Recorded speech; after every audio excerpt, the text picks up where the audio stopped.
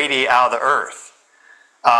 Some of them have been caught on camera. So there's this idea that there's so much electrical energy in the earth itself that's actually able to create highly ionized matter, which is plasma, the fourth state of matter, which then, because it's highly vibrational, it shoots up from highly dense matter, which has a lot of gravity, and it wants to escape gravity effectively.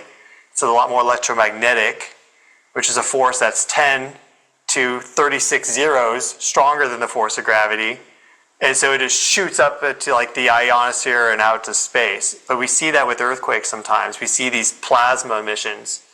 And after solar activity, typically the solar wind plasma will kind of become like less dense. And so perhaps it's like a vacuum type mechanism where all of a sudden now that you have this like osmosis almost, right? So there's this kind of other understanding of how this may work. But regardless, we see that the sun and the earth have this energetic exchange across a whole bunch of things, but one of them is earthquakes. Of course, we know it gives us our climate and Earth's temperature, and it affects weather and all these things, but for some reason a lot of people are like in denial of this, so it seems very obvious to me. But the earthquake one is really fascinating. Well, and what's so interesting is Stefan and I were supposed to be having this conversation yesterday, and about 15 minutes before we got online, Stefan kind of messaged me and said, "Can't do it, just been a magnitude 6 earthquake, right where I live, got to go and do live stream." So it was interesting. That was downgraded, I think, to a 5.2 a little bit later. But because we've had such a flurry recently in the last couple of days of M-class flares, are you therefore anticipating that could lead, as that drop-off occurs, into maybe some bigger seismic activity in the next couple of weeks or so? I mean, if you look at the astrology is really powerful. The second half.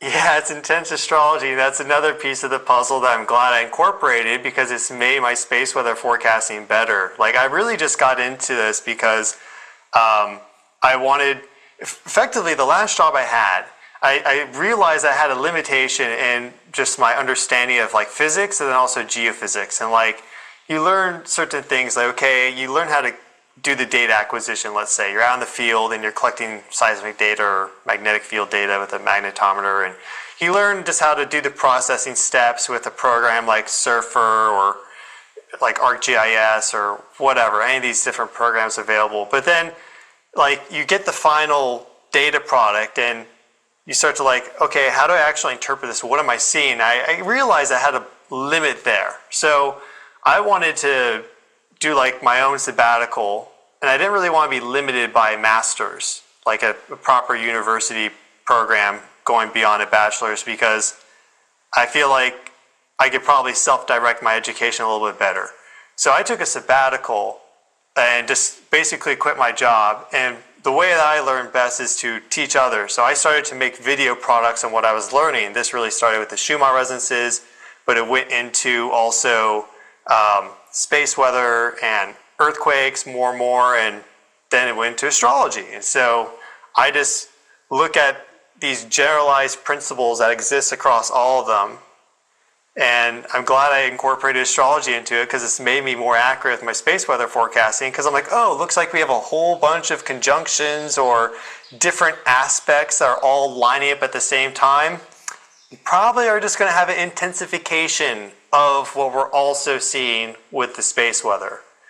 And that's proven true. So yeah, I could share this chart really quick with daily sunspots and total energy from earthquakes. Here we have daily sunspots versus daily total earthquake energy measured in gigawatt hours, and this is for 2025, and this goes from the 1st actually to April 12th. I guess this graphic here, or to the 13th, sorry, April 13th. So this is just, it says the 12th there, it's actually 13th. But you see in orange are daily total earthquake energy. This is all the earthquakes, magnitude 4.5 and greater, summarized every single day. And so we have different scales. We have the Richter scale and like the moment magnitude scale. That's the one that's typically used now. So it's a 4.5 or a 5 or a 6 or a 7, whatever. That's associated with a certain amount of energy, and it scales such that a magnitude 5 earthquake is quite a bit weaker than a magnitude 6, which is quite a bit weaker than a 7, because it goes up 32 times in energy every magnitude up that you go. And so it's a log scale on the right y-axis in gigawatt hours. But you see our rhythm and solar activity in blue there. I'm not sure if you can see my cursor, but we see these rhythms in sunspots. And sunspots release a very high vibrational wavelength of light, X-ray light, so just like the X-ray you get at a doctor's office. And we see that when all of a sudden sunspot numbers start to go down or are near a minimum, that's when we see these really big increases in the total energy released from these earthquakes globally. And because of how it scales, one high magnitude earthquake will be by far the dominant release of energy for that day. So like on the right side of the screen, you see this global seismic burst where we had a whole bunch of earthquakes for about 2 weeks, perfectly lined up with this drop in sunspots. And that dropped so much because we had this really big feature on the sun called a coronal hole, which has special energetic dynamics with the solar wind and with the earth. Was that the Myanmar 7.7? That is, yeah, boom. Right about the solar eclipse time. And the solar eclipse too. That's why I'm glad I studied the astrology, because I'm like, that's also at the same time, like, and you can look at the science of lunar phases and how that affects tides, ocean tides, earth tides. It also seems to enhance geomagnetic activity, depending on whether it's new moon or full moon. It seems to be greatest at the full moon and the greatest reduction with the new moon. But yeah, it's just like this data for 2025 is so clear, showing that connection. And whether it's like the simple explanation of just the sun loads the earth with energy, and then once it kind of pulls back, the earth then has the capability of releasing it, or whether you understand this from a plasma perspective, or even you can understand this from a cosmic perspective, because we have these cosmic rays that are coming in, and these are highly charged particles traveling near the speed of light that have incredibly high energies. And when you have a lot of solar activity, it strengthens the heliosphere overall and causes more of those to reroute around the solar system in general. But when you get that to decrease, that's when these cosmic rays come in. And you have the most cosmic rays during solar minimum, and you have the least amount during solar maximum. But there's also these shorter term secular variations. And so these create these ionized paths, and it's speculated that these ionized paths that they created can host these electric currents, which can cause a fault to finally rupture, and boom, you get an earthquake. So there's like a whole bunch of different ways of understanding this. It's probably all of them at the same time, in my opinion. But just this graphic here for just 2025 thus far really shows it nicely. And there's other data for longer time frames that also shows earthquakes clustering around the descending phase and the minimum phase of solar cycles. And so, yeah, it's a really interesting anti-correlation and this cause and effect. And some people say it's just a correlation, but it's hard to be a little bit more causative than the sun unless you start talking about like quantum physics and like the quantum reality matrix or something. Like, what is causing this to manifest? That's probably what is the underlying agent of it all. And astrology also then will reflect some of these quantum changes that we're going through. But again, you can't really get more causative than the sun, because you turn the sun off, all of a sudden the earth is a cold, lifeless place. Absolutely. So, simple equation. We'll get this morning. So there's a very active sunspot at the moment, isn't there, Stefan, the 4055? Yeah, it just rotated off. So, Stefan, what are the correlations, if any? I mean, you've quoted the work of J.H. Nelson in some of your videos, and it would be good to share that with my audience as well, his research about what correlations you are seeing of particular astrological aspects or combinations that seem to correlate with seismic activity, heightened seismic activity. Yeah, that's, I think, probably the hardest to paint a picture, because astrology is so dynamic, or even just, we could just say astronomy and planetary geometry is just so dynamic. It's hard to pin it on any one thing. And there's quite a lot of people that are looking at this. There's one guy on Twitter, X, Richard Cortado, who, I mean, he's like posting multiple times every day, examining like moon, Saturn, Jupiter aspect, and he shows the magnetic anomaly, then the earthquake, and it's fairly convincing stuff. He's a physicist. He's fully in on the planetary geometry and earthquake aspect. J.H. Nelson was a shortwave, long-wave radio engineer back in the 40s, 50s, and 60s, and they had just started to utilize like sunspot numbers and those sort of measurements and tracking solar cycles to understand how that affected the ionosphere and therefore the sort of radio frequency communication, like ham radio, basically. Because that was a very important way of communication going from the United States to Europe, and they wanted to know, are we going to have the ability to communicate or not? And so he started noticing just these connections between planetary geometry from a heliocentric perspective and disturbances, both on the sun and also on the earth. And so the really interesting thing, he wrote a short book. It's like 80 pages called Cosmic Patterns. He laid out some examples of big geomagnetic disturbances and the heliocentric planetary geometry at the time. And so having the background already in astrology made it really easy to read that because I already had the basis of understanding of the angles and everything. And right around 1960, there was a Jupiter-Saturn conjunction, so that geometry was active for a lot of his broadcasts. And that was also when we had a really strong solar cycle 19, which went from like 54 to 64. That's also when we had some of the most powerful earthquakes of the past 100-something years. Most of them were clustered right around the strongest solar cycle. So you start to see how this all works. He talked about Mercury being an activator and how its fastest orbital velocity, if it moves into a preset configuration with the inner planets and the outer planets, can seem to activate it. And in fact, we had that set up back from March 23rd to 25th or so when we had the Mercury and the Venus cazimi. And so I just finished reading the book and I plotted the heliocentric chart, and it was like this incredible geometry active because we had Uranus and Pluto in a trine, both of them sextile to Saturn and Neptune, which were effectively conjunct, close enough for the purpose of this, who were in opposition to all the inner planets except Mars.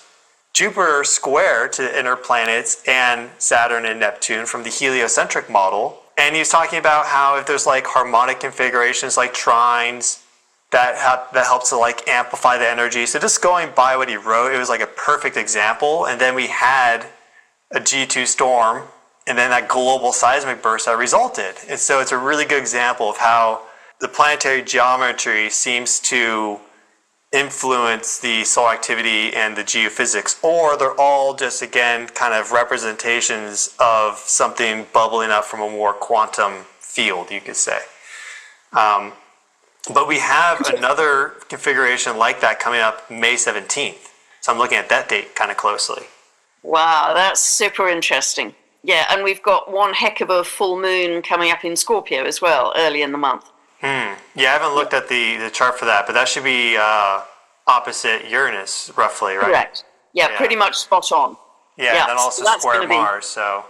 Yeah, and actually I remember many, many years ago, and this wasn't heliocentric, it was geocentric, but the presenter had done a huge study, had a background in seismology, and he'd done a big study on astrological correlations to big earthquakes, 5 plus.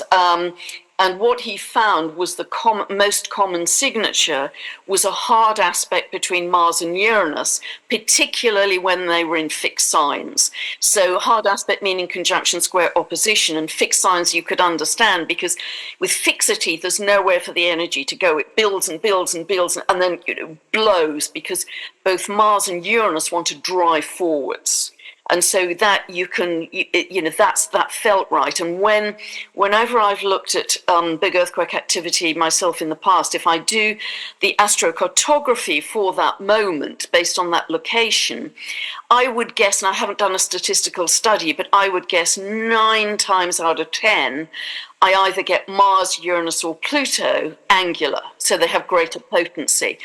And in particular, Uranus, because that's the planet of earthquakes, and in particular, on the IC, i.e. the land, the home base. So it's an eruption on the home base in that locality for that moment.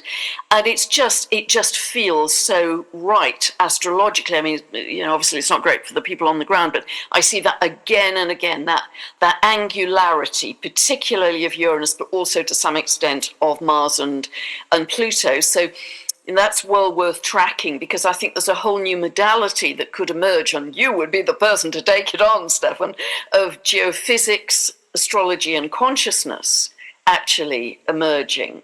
And you would have the background to kind of merge those, and that would be a very interesting thing to look at if you look at the astrocartography at the moment of the earthquake. Yeah, I've done a little bit of that. It starts to really, it's like a tree, then it really starts to get into the branches, and that all requires time. But there are some people which look at the astrocartography very closely for earthquakes. But that definitely is like the next level of detail, you could say.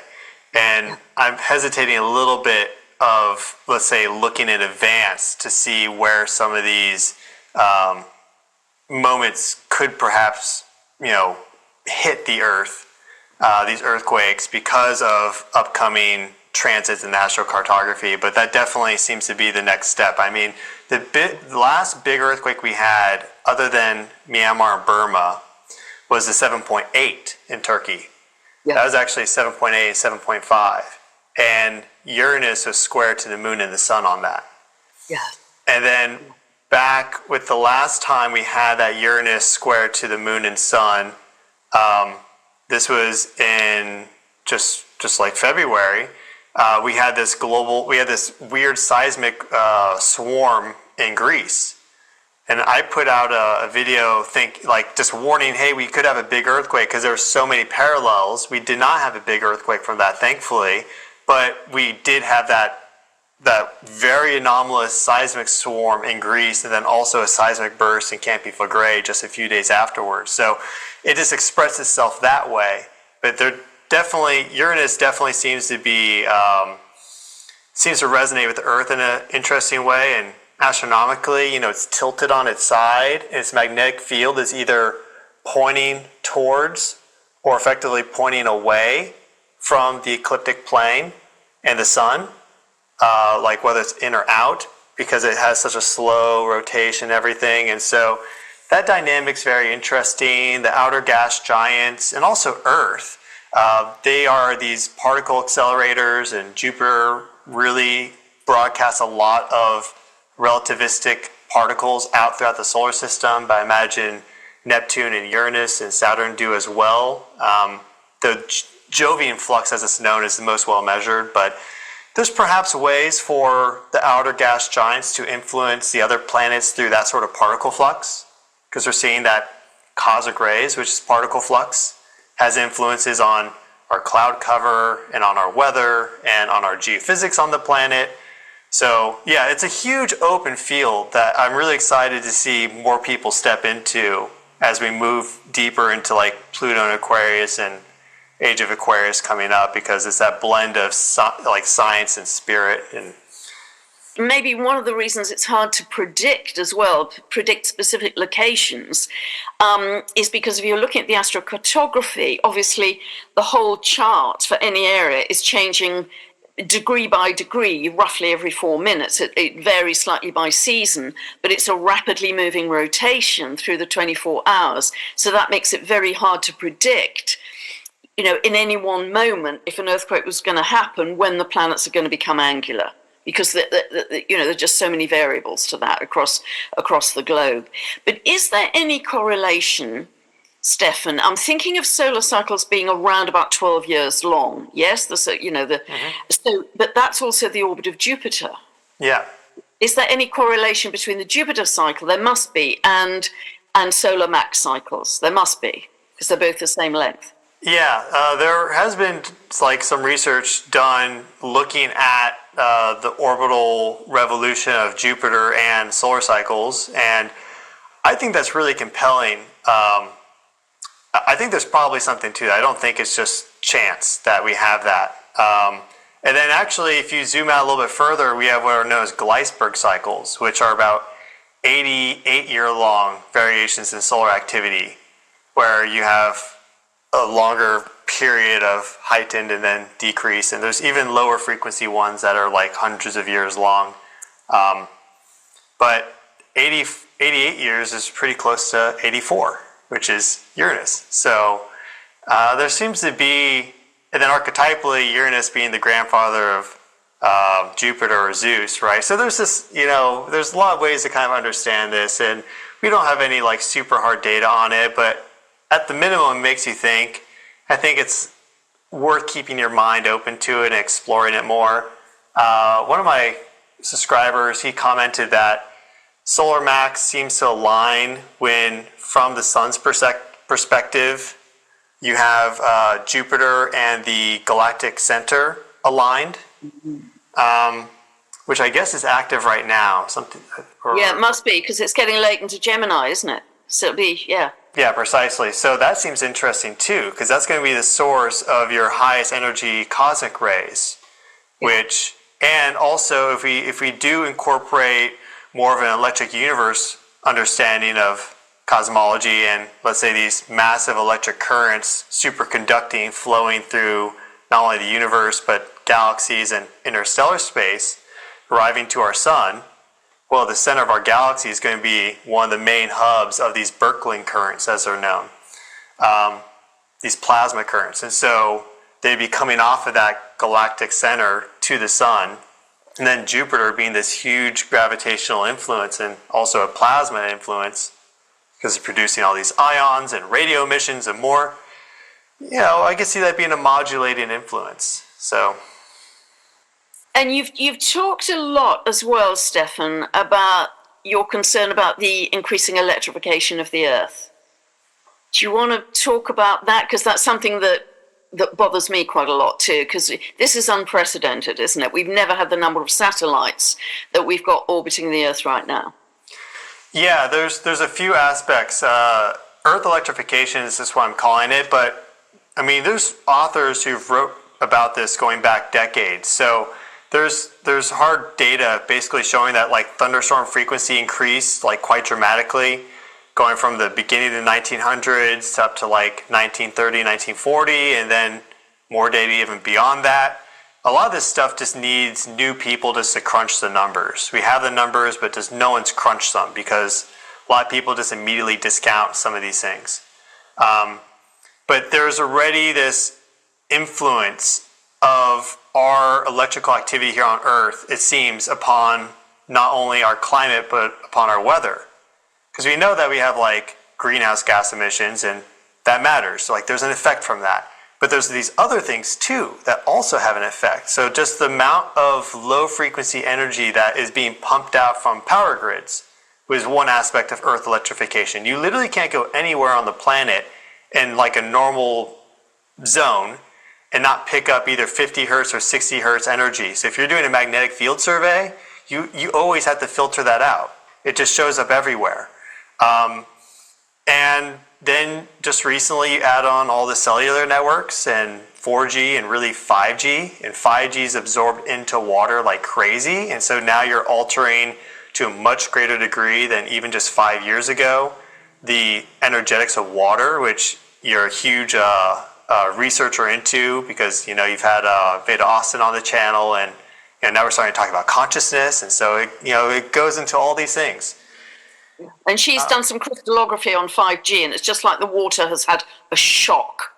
Oh, it's really? just, Okay. Had an electric shock. But the good news she found in her crystallography was if she allowed the water to rest for a period of time and then exposed it again to 5G, it had normalized to some extent. It's almost like nature had run ahead and been able to adapt the water's reaction to 5G, which gives us some hope, actually, that, I always feel optimistic that nature runs ahead of the problem. But still, this increased electrification is coming so thick and fast, isn't it, because of the satellite activity as well.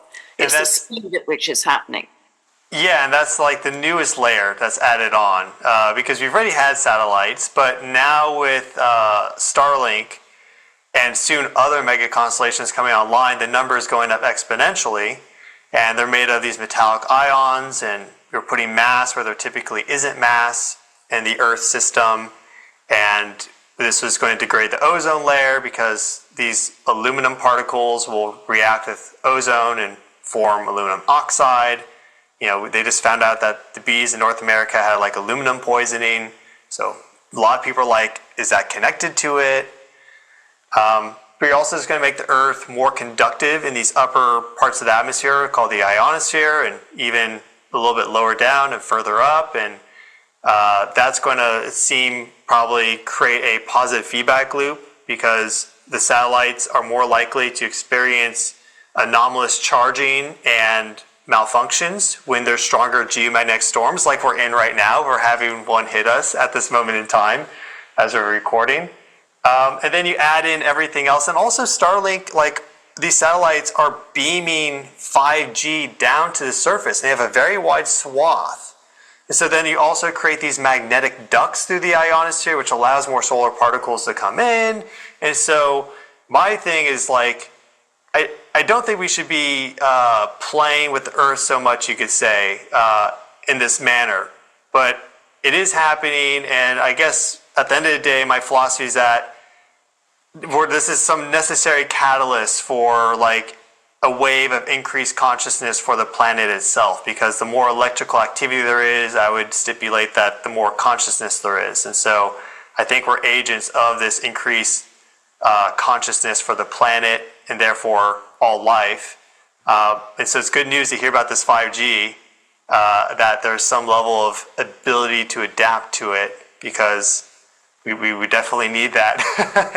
It's very powerful energy. It's very potent. It's very biologically active. People think it's not biologically active. It's very biologically active. It has a ton of non-thermal effects.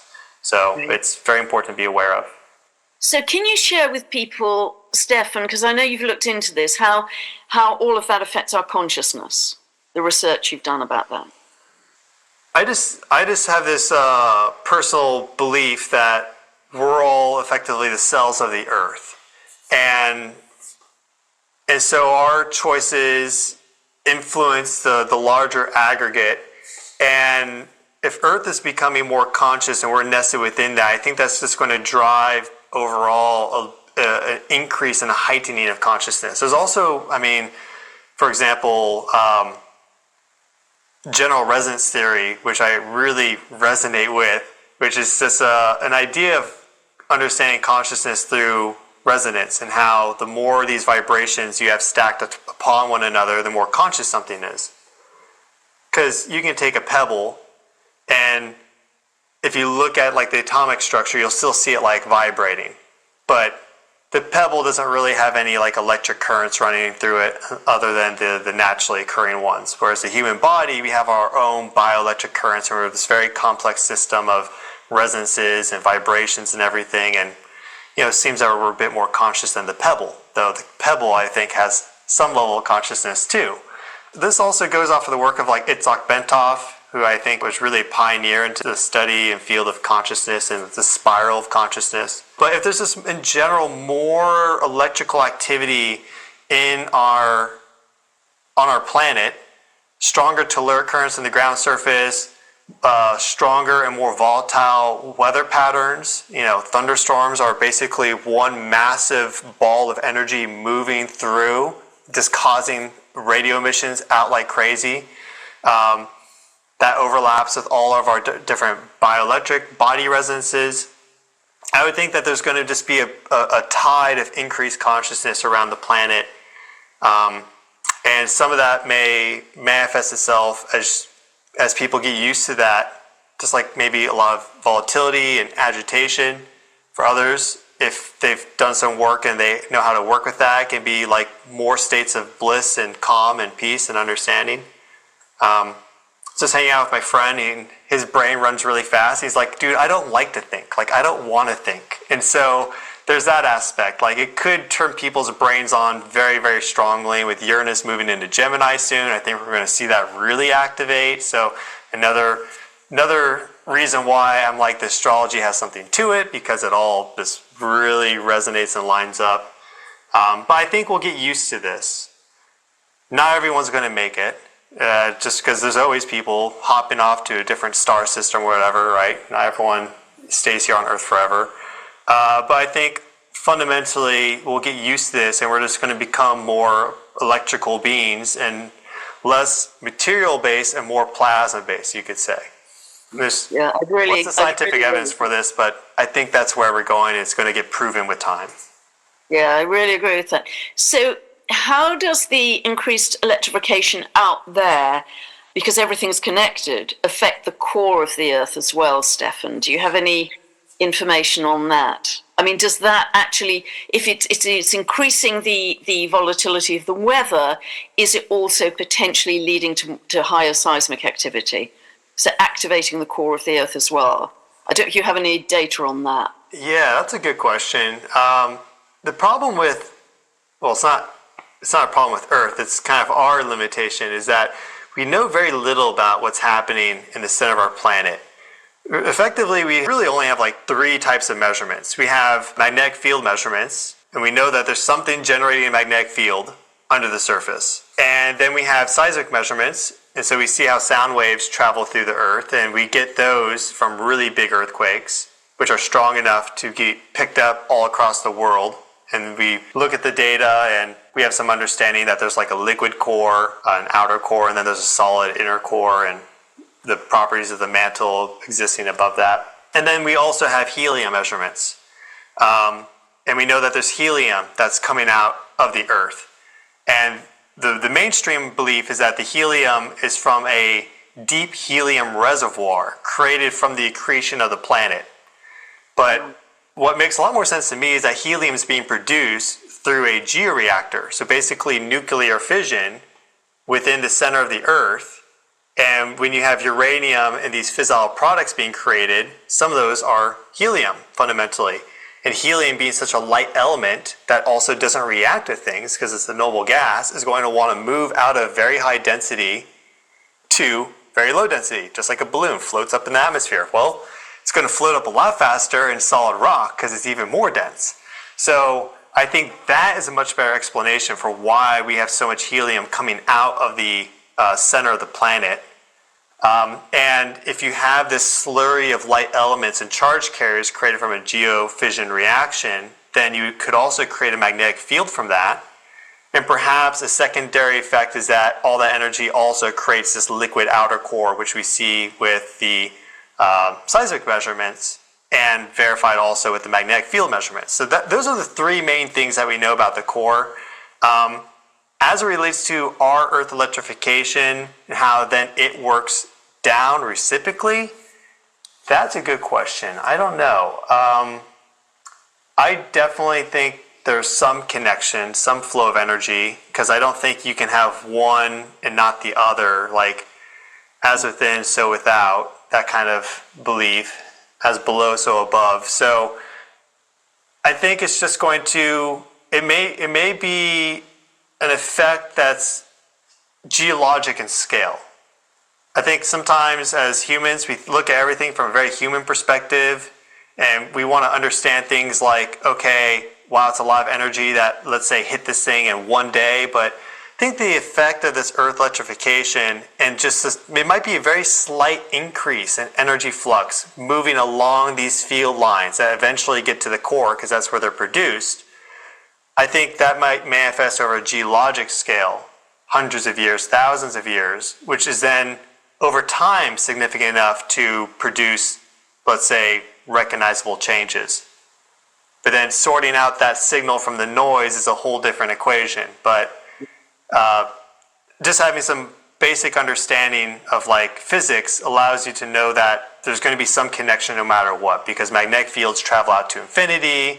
And so it may be very, very small, but with like some of the quantum physicists, you know, what they kind of wrote down and what they believed is that it's not the amplitude of the quantum field that matters, it's just the information within it that matters. So it doesn't matter if it's incredibly small or insignificant in its amplitude, it's just the fact that the information is there. And so we are working with all this, of course, not just in the material realm, but also in the plasma and in the quantum realm. And so I don't know what the changes are going to be for the core.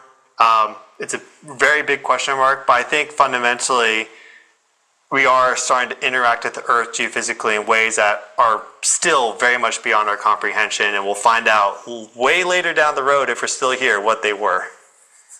Yeah, brilliant.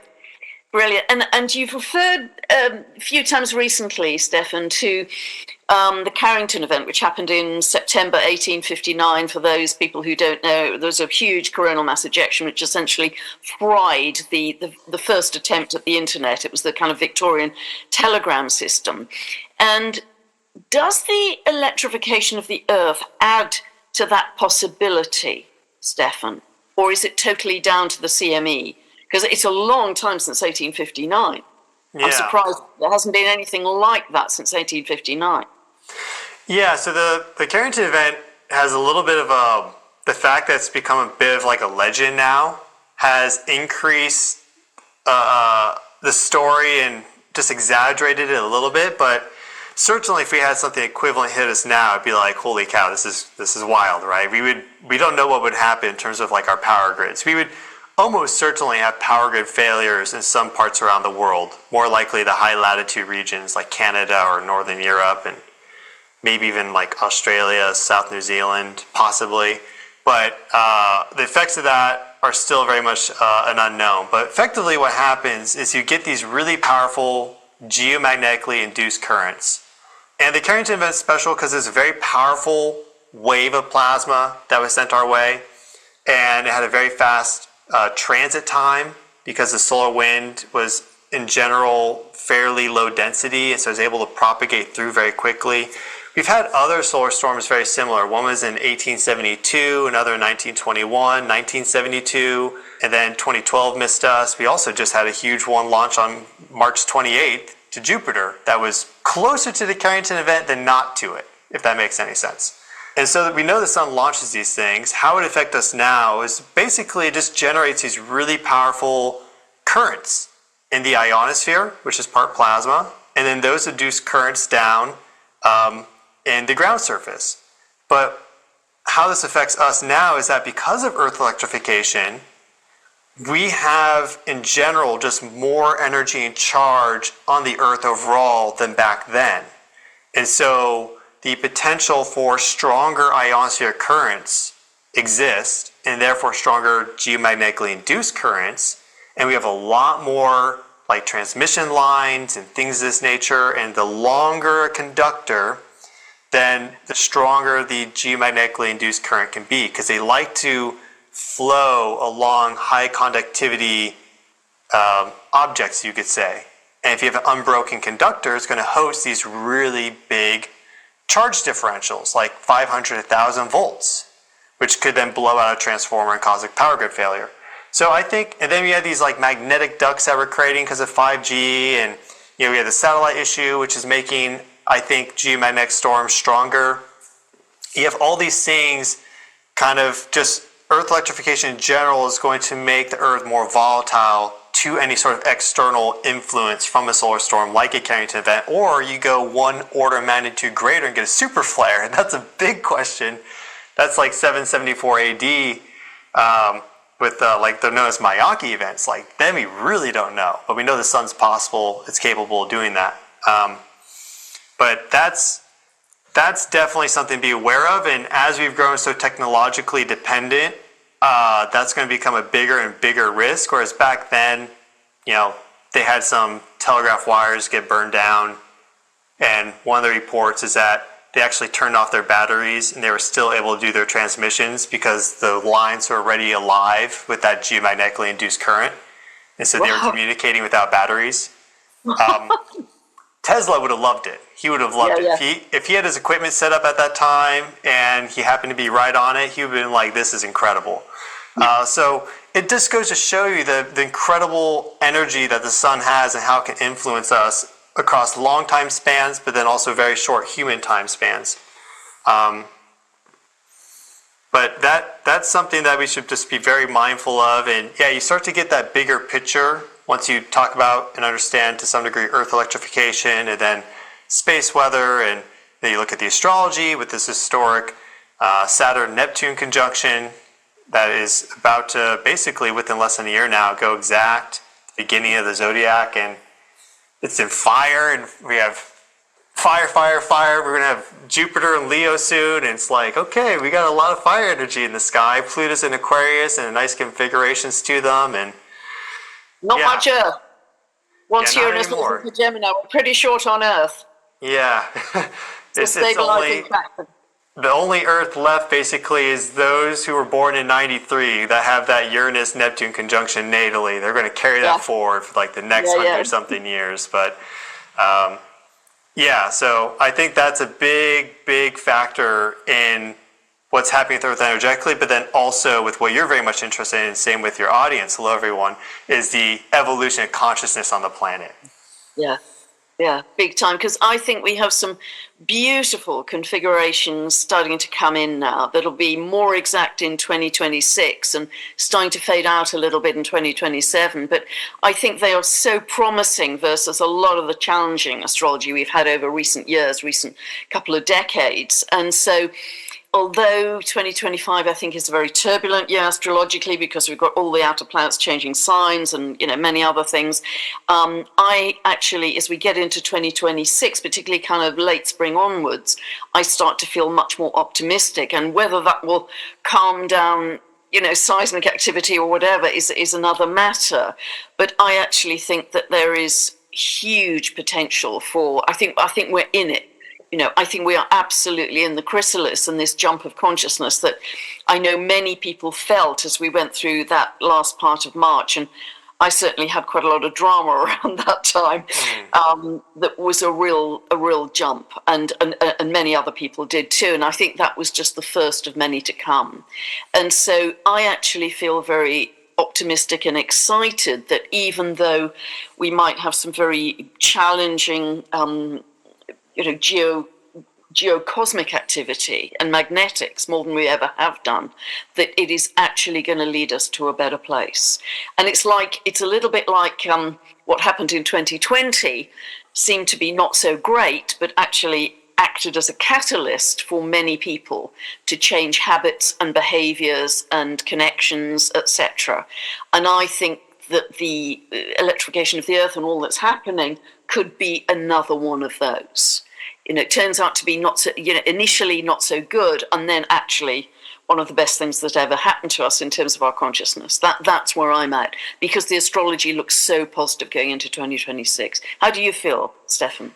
Yeah, I resonate with that because I would rather see the world from a more benefic perspective than just, okay, everything's awful. So as long as people are aware of the real health effects of this, and in general, as we enter into more and more air energy, because we have the last, for example, Pluto, Neptune in Gemini, Uranus moving in Gemini, Jupiter was just in Gemini, Pluto in Aquarius, people just being aware of the fact that I think weather on the planets is going to be a little bit more agitated, powerful, and volatile. Just being aware of that is good. But yeah, I think fundamentally it's going to be a catalyst for some really good changes, but it's going to take time to play out.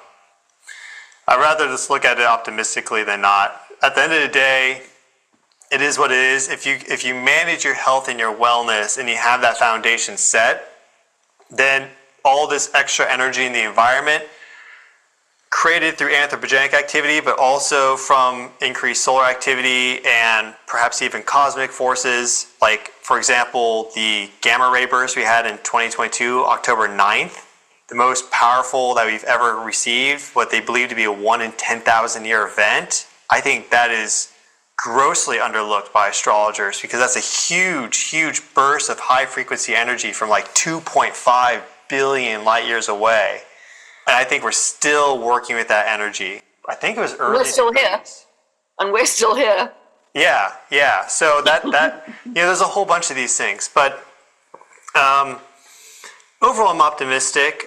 So long as you're taking upon the responsibility needed to be healthy. Otherwise, I do think these things can manifest negatively, and a lot of people certainly are feeling these energies very strongly, to put it one way. And so it's a force for greater accountability and self-responsibility. Is there anything, because I know you've talked a lot in your videos, Stefan, about the effect of all of this electrification on the biology. I asked you earlier about the consciousness, but coming back to our biology, you've got some great advice. Would you like to share that about how it affects your biology and what you can do to boost your immune system, etc., and your health? Because I think that's going to be crucial going forwards for all kinds of reasons. Yeah, I mean, it gets really complex if you get into the weeds and the details, which is one of the failings, in my opinion, of modern science, is that we dissect things too much, and then we differentiate them, and we lose sight of those generalized principles, as Buckminster Fuller calls them, that lie and exist across all the domains, which is why I look into all these different things and see the connections with them. But I think it's really, if you just go back and understand how we used to live and see the things that naturally happen, you get a really good understanding of this. So the first big one, if you don't have air, you're dead in like not even 3 minutes, unless you're a free diver. So what's your air quality? Are you breathing good air? Make sure you have that down. Okay, next is water. You're dead in, let's say, like 3 days without water. So are you drinking good water? Tap water is not good for you. Read the research on how that calcifies the pineal gland. It's like good, just solid research out there about calcification is not a good thing in your body. You don't want calcification. Next is food, right? Eat like organic. You get those foundations, you're pretty much good to go with the big three. The last one is, are you connecting to the earth? Are you decharging the body? Are you replenishing your extracellular matrix with charge? To go into some of the detail, your bone has a whole bunch of copper ions embedded within it. And actually, copper is very rarely used with modern agriculture as a sort of fertilizer. And so most fields are extremely deficient in copper. And I just found out I was copper deficient.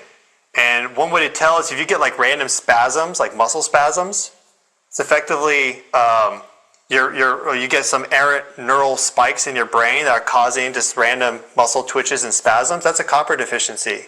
And a lot of people load up on zinc, but they don't load up on copper, and zinc outcompetes copper. But your bone is loaded with these copper ions, which have a bunch of free electrons to them. And your fascia also has all these sort of free electrons embedded within them because they're semiconductor in nature, and so they can host or not host electric charge. And so one way to replenish that is to connect to the earth, because you have all these lightning strikes happening all the time. Geologic minerals will have these free electrons, and our hands, our feet are super conductive. And so you can connect to it and actually get this. It's called grounding or earthing. Much of your audience is probably already doing this, which is great. Yeah. Talk about it a lot. Yeah. Yeah. I know you discuss it as well. That is definitely another piece of that equation for air, water, food, and then grounding, earthing. And, back during the Neolithic period, the air was basically clean, unless there was a forest fire or a dust storm. A lot of the waterways are probably like Iceland, where you can just drink straight from them because they're effectively not polluted.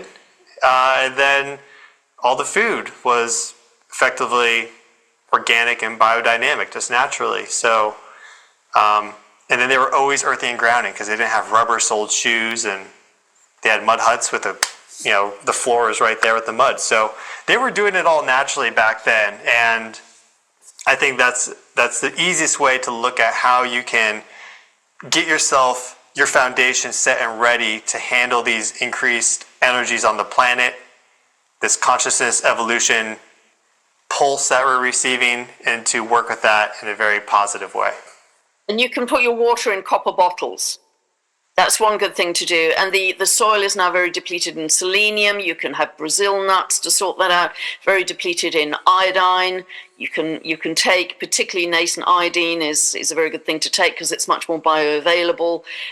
So there are various things you can do, knowing that our soil is extremely deficient because of poor agricultural practices in recent times. So, but do you know, Stefan, I really have great optimism around that, because I just have a sense that these things are going to be turned around much more quickly than we imagine. I mean, recently they discovered a fungus that naturally thrives on plastics.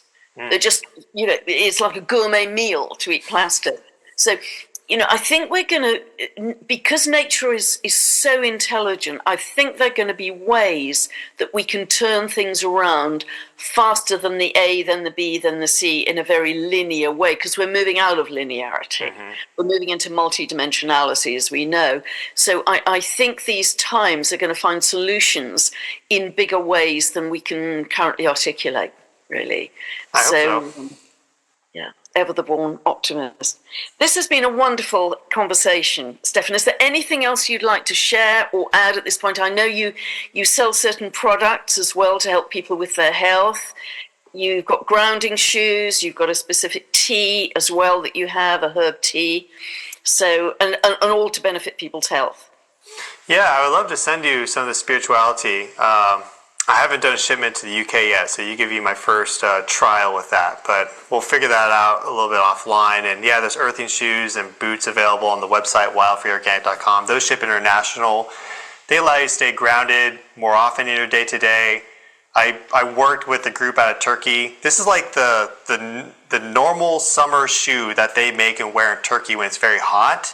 And they approached me because I was making videos on earthing and grounding, and then I already had design ideas to make them better. So we've been now collaborating to improve the design to make basically the ultimate earthing shoe.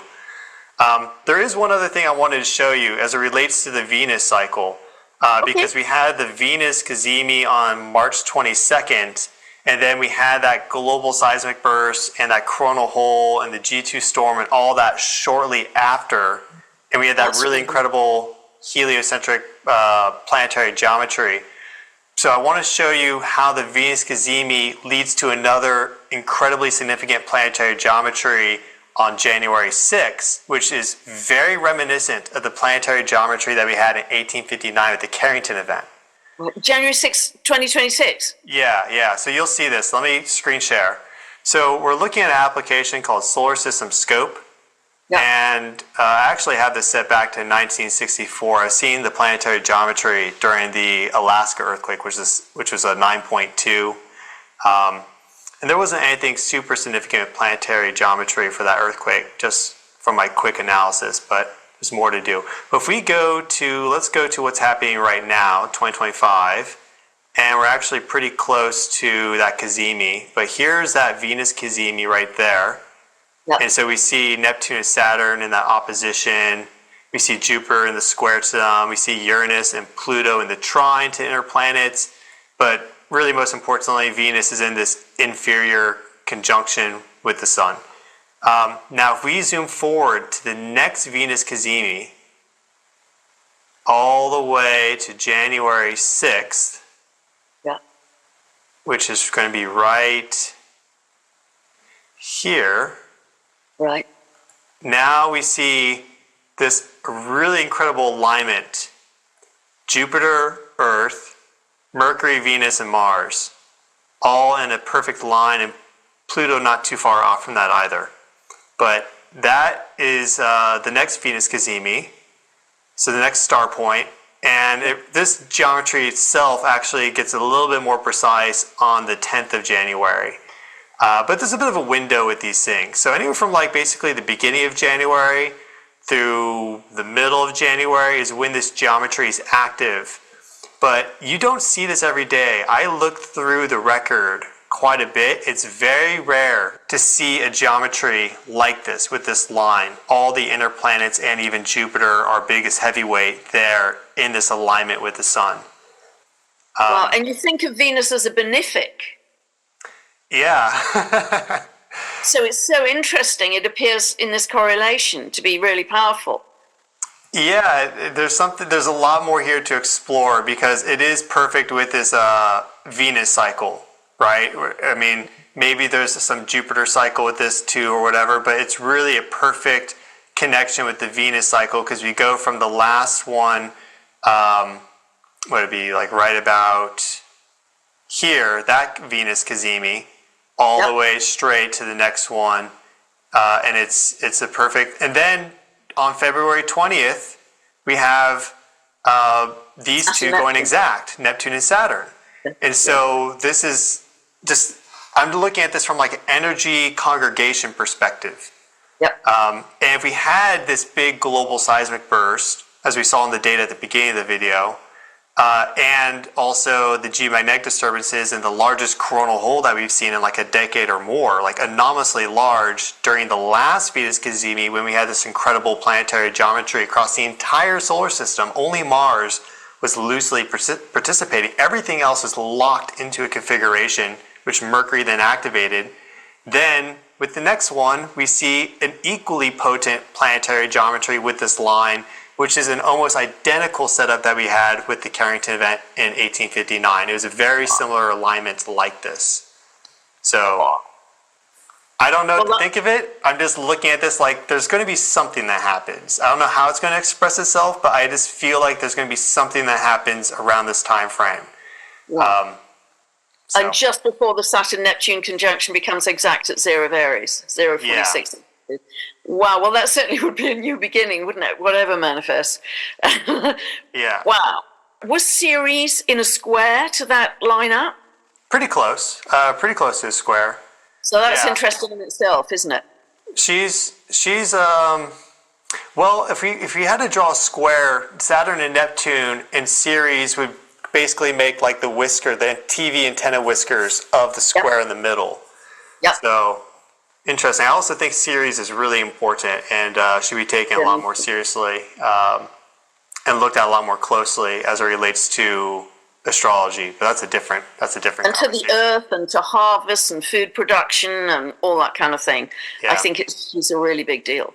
Yeah, she worked very closely with the Saturn, Pluto, Mercury, Sun. She was in that big conjunction, wasn't she? 12th of January 2020. There. She was right in the middle of that conjunction, which changed our world. And then with her retrograde, she went to basically exactly that degree, went back. November. So it was very clear that she was working with that one of the most powerful synodic cycles that we've had in a long time, because it has such a congregation: the Sun, Mercury, Ceres, Pluto, and Saturn, which is phenomenal. And wasn't she back there at 22 degrees of Capricorn last November?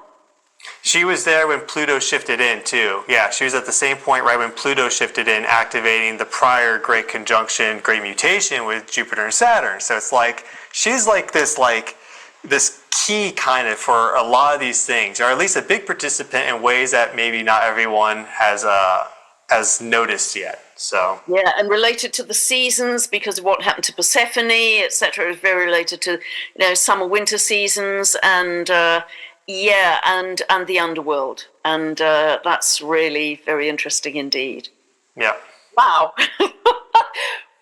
Stefan, I've loved this conversation. It's been pretty out there at times, and we've covered, certainly for my viewers, some very different grounds. So I hope everybody has really enjoyed that. And Stefan is just a wealth of knowledge in a way that I think virtually nobody else is out there at the moment, certainly on YouTube. So I just want to thank you, Stefan, for your time and all of your energy and effort. And I do think you're creating new modalities or combinations of disciplines that are going to really help us go forwards as humanity. So I just really like to thank you for that.